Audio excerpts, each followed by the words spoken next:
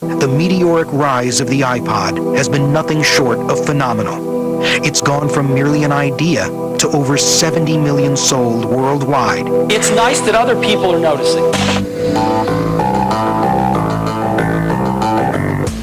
But even more staggering is the story of how it got there, from Steve Jobs' inspired return to the company he founded. Thank you very much. The birth of an idea. Music was the perfect synthesis for Apple. Steve understood that music was part of our DNA. And its nerve-wracking development. For the 8 months of development on the iPod, it was extremely tense. There it is, right there.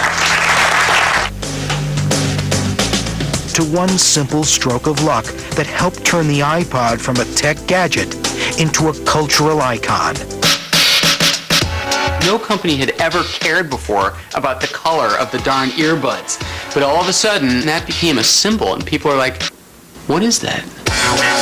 Plus, we'll reveal how Steve Jobs shook up the record industry and turned his computer company into a music powerhouse. If 5 years ago I said, 5 years from now, the 5th largest music distributor is going to be Apple, you would probably have suggested I go lie down for a while. This is the inside story of the iPod. Believe it or not, the iPod started with a smile. That's right, a smile. That's Steve Jobs smiling on December 20th, 1996. Thank you very much. The day it was announced he would be returning home to Apple, more than 11 years after being banished from the company he founded. It's a wonderful Shakespearean story. I mean, it really is. Steve had left Apple in 1985 because of a coup that he tried to foment against John Scott. When Steve Jobs came back to Apple, Apple had been losing $1 billion a year. Its stock had fallen from about $60 a share to $17 a share. To a lot of people in the industry, a lot of very smart people, it really looked like Apple was in a death spiral.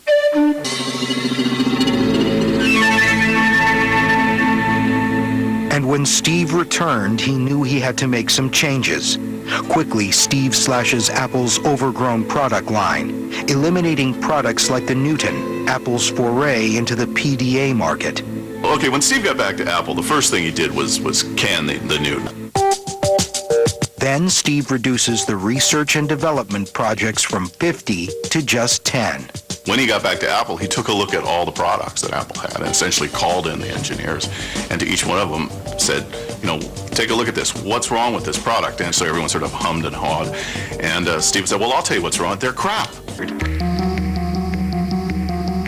Steve wasn't looking to create a particular product. It wasn't this big plan to do this one thing. What it was to create a milieu, create an environment where the right thing will pop into your head and you'll just be hit with it like a thunderbolt. Steve has said many times, and I think he's right about this, you can't ask somebody what they want next. They don't know. They can't tell you what they're going to want next. They just know when they see it that it's going to be the right thing. In May 1998, Apple releases a product that reflects Steve's new energizing spirit called the iMac. Guess what? Mac is back. First 45 days on sale, Apple sells nearly 300,000 iMacs, an impressive debut. While the iMac was a step in the right direction for Apple, the real catalyst for the iPod would come from somewhere else. Enter Northeastern University freshman Sean Fanning. Sean Fanning was a freshman at Northeastern University in Boston in 1998, and he had a roommate who, like many people, liked listening to MP3s. But the roommate complained to him that he could never find them. There'd be a list of links on mp3.com or some other site, and then he'd click through, and the link would be gone. It would be dead. He couldn't hear the music. Here's this young college kid, and he has a very basic need. He wants to share music with his friends. It's pretty basic. And there was no service out there giving him what he wanted. So he just created it.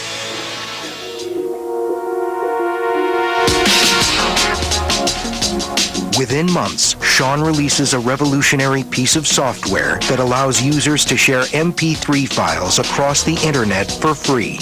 He names the program after his own online nickname, Napster. When Sean released it, it was really released to his friends. And then his friends gave it to his friends and then their friends. It went from 50 people to 1,000.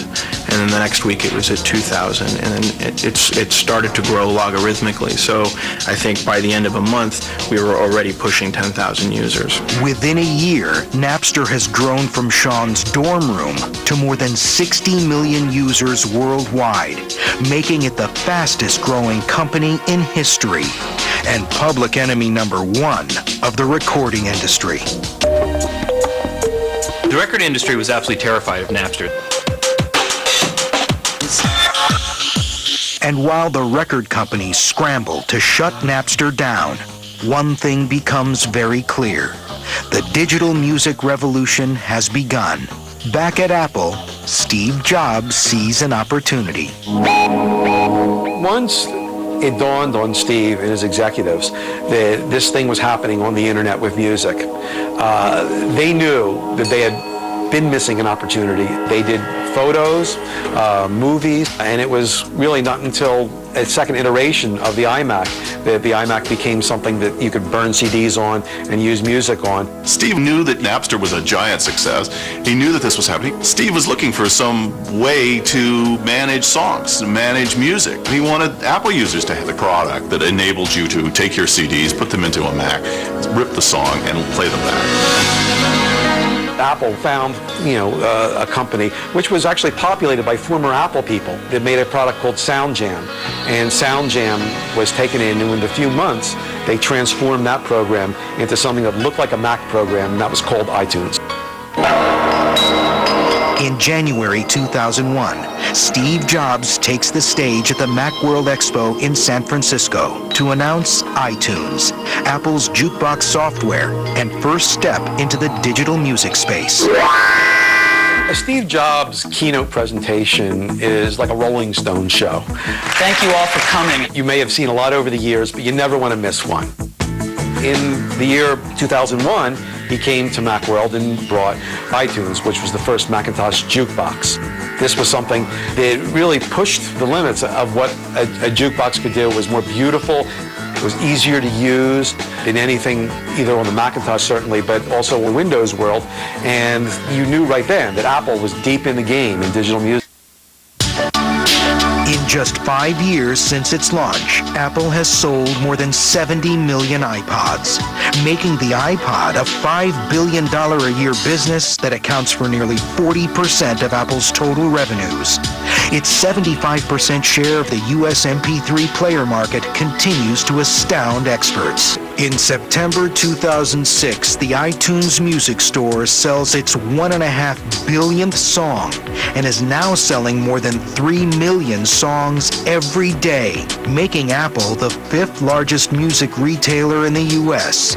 And within a week of announcing that iTunes will offer full-length feature films for purchase, Apple sells more than 125,000 digital flicks, making it clear Apple is ready to dominate the digital movie business as well. But all of the iPod's success is being fueled by one thing: the love people have for the device. Unlike any tech gadget before it, the passion owners exhibit for their iPods is unparalleled. The fact that 80% of Microsoft employees who have music players are said to have iPods rather than the ones running Microsoft software is a telltale sign. The iPod has gone to a cult-like status. It's something that people have affection for. Today, users are showing love for their iPods in all sorts of ways. Some owners are creating their own homemade iPod commercials, like this one from an iPod owner in California.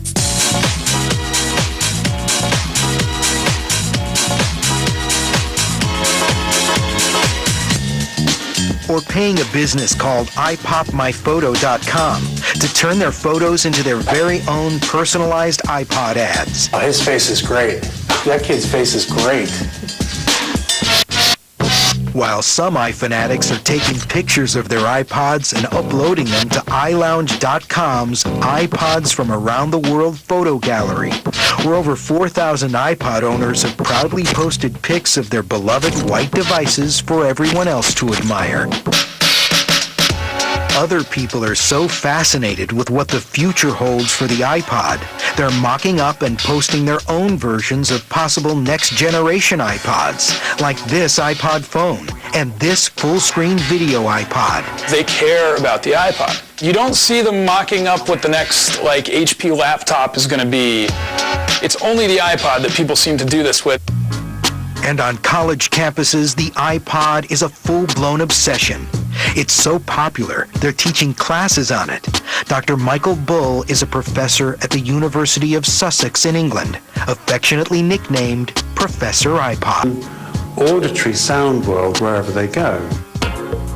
On some campuses, the iPod is even influencing the school's social dynamic. There's a funny story. Duke University a couple years ago started a pilot program where every incoming freshman was issued an iPod. As an educational tool, mind you. So the upperclassmen were somewhat resentful seeing these freshmen walk around with their free iPods, and the white earbuds branded them as freshmen. So the upperclassmen who had iPods began to go shop for earbuds in other colors so people wouldn't think that they were freshmen. And all this love for the iPod is translated into big business, and not just for Apple.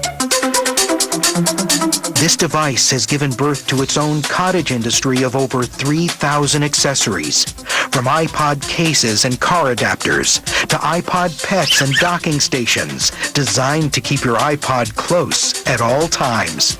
There's even an iPod adapter called the iBreath that's an FM transmitter and doubles as a breathalyzer. And Nike released a sensor placed in your running shoe that transmits data to your iPod, letting you know the distance and pace of your run with real-time voice feedback. Beginning workout. This iPod ecosystem is expected to total sales of more than $1 billion, making the iPod the only consumer electronics device with a $1 billion side business. The average iPod owner spends like $100 on accessories, car adapters, the FM radio attachment, and then there's all the music they bought from Apple's music store online. Those songs will only work on the iPod. That's an investment that they're not going to junk for some other player. In the iPod, Steve Jobs has engineered the perfect thing. A revolutionary product that became a cultural phenomenon and a $1 billion business. From Steve's perspective, he's finally got respect. And the iPod is what did it. Here he had championed something that people had thought, wow, you're a little crazy to do an MP3 player. And now the thing had become a phenomenal success.